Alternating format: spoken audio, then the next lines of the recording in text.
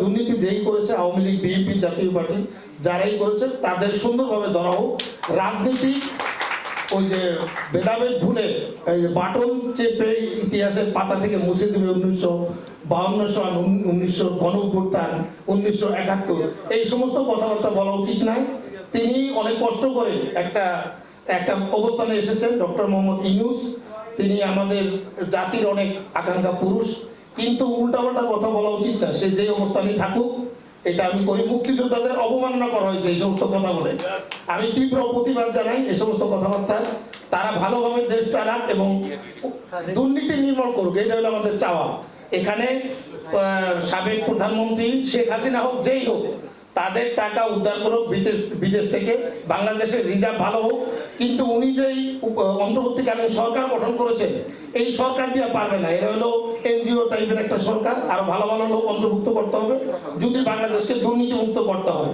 তার ভাতিজা, প্রেস সচিব, অন্যান্য লোকজন নিয়ে আসলে এটা হবে না।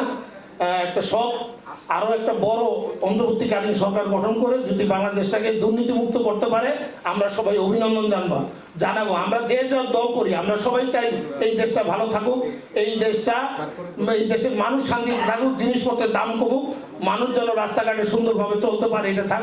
এই পত্রিকার বাণী হোক সত্যের বাণী, কাউকে যেন ভয় না পাক।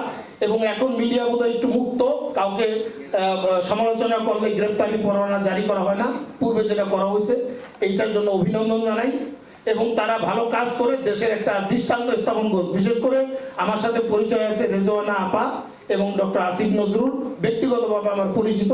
আমি ঢাকা বিশ্ববিদ্যালয়ের একজন সাবেক ছাত্র এবং এনএক্স যেই জায়গা থেকে আইন বিভাগ প্রতিষ্ঠিত হয়েছে, ওই জায়গায় আমি অনেক বছর একসাথে তাদের সাথে আড্ডা দিয়েছি। আমি চাই তার কথার সাথে বাস্তবের মিল থাক। বড় বড় কথা, নীতি কথা না বলে কাজের মাধ্যমে এটা প্রকাশিত হোক।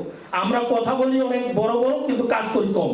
আসিফ নজরুল সাহেব যখন ক্ষমতায় ছিলেন না তখন একরকম কথা বলছেন, এখন আবার আরেক রকম কথা বলেন।